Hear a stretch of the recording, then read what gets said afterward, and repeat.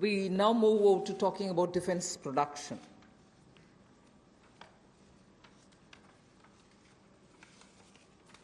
Make in India and self-reliance have now, as I said, become a partner in the sense of for self-reliance, Make in India is absolutely necessary. And particularly when you're talking about critical industries like defense, we need to be self-reliant where we really can be. Of course, armed forces require best of equipments. They need some of the latest technology-driven equipments. Some high-tech equipments are required, which have to be imported. They can be imported. And it continues. We are seeing very good latest weaponry coming also.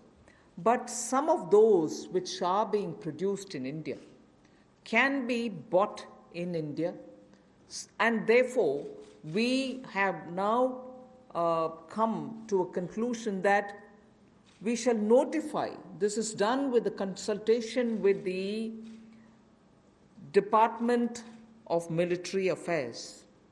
We shall notify a list of weapons and platforms which shall be not allowed for import, but we shall have them bought from India. So the import of this listed set of equipments shall not be allowed. They shall be banned. And every year this list will be increased because more capacities which come to be recognized, which meet the standards, which meet the defense standards, will be obtained from India.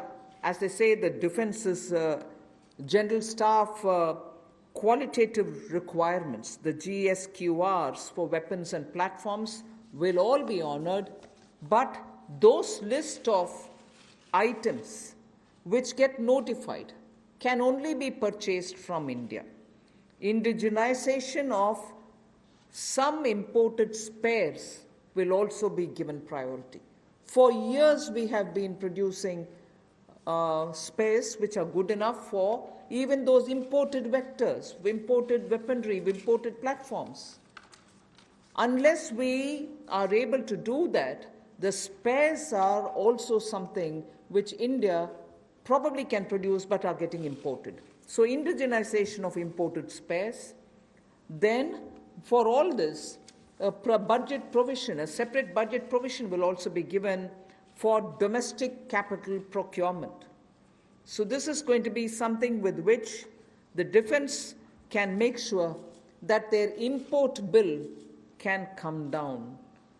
This is done in consultation with the Department of Military Affairs, and this will be an important step towards making sure that Indian producers of defense equipments which are absolutely meeting with the standards which the armed forces would want will be purchased from India. The next step in defense production related reform is to improve the autonomy, accountability, and efficiency in ordnance supplies which are being made by the ordnance factories. And for this, we intend to corporatize ordnance factory boards. I like to emphasize here, corporatization is not privatization. It doesn't mean that the ordnance factory boards are going to be privatized. No, they're not being privatized. But corporatized they will be. We want them to be better managed. We also eventually hope that they will get listed in the stock market. Ordinary Indian citizens can also buy shares in them. And through that, we expect that the ordnance factory boards and their processes, decision-making, output, performance, all of them will be transparent for the Indian citizens.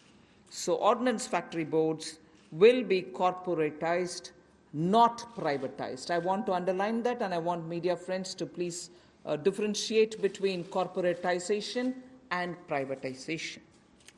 The next set of things about defense production is that FDI limits are being raised from 49% to 74%. Of course, it will have the security clearances and everything else, as always. And then we'll also have a mechanism established so that time-bound defense procurement processes happen. There will be a project management unit set up. Support will be given for contract management purposes.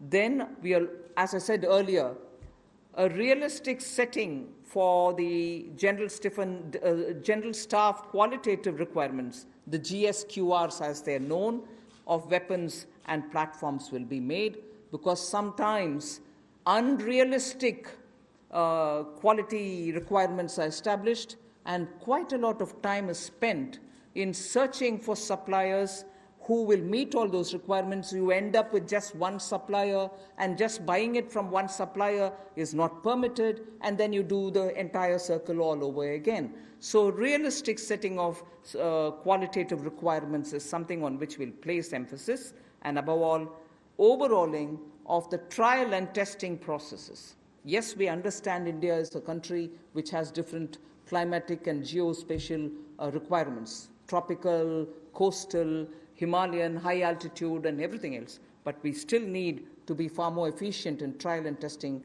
of procedures.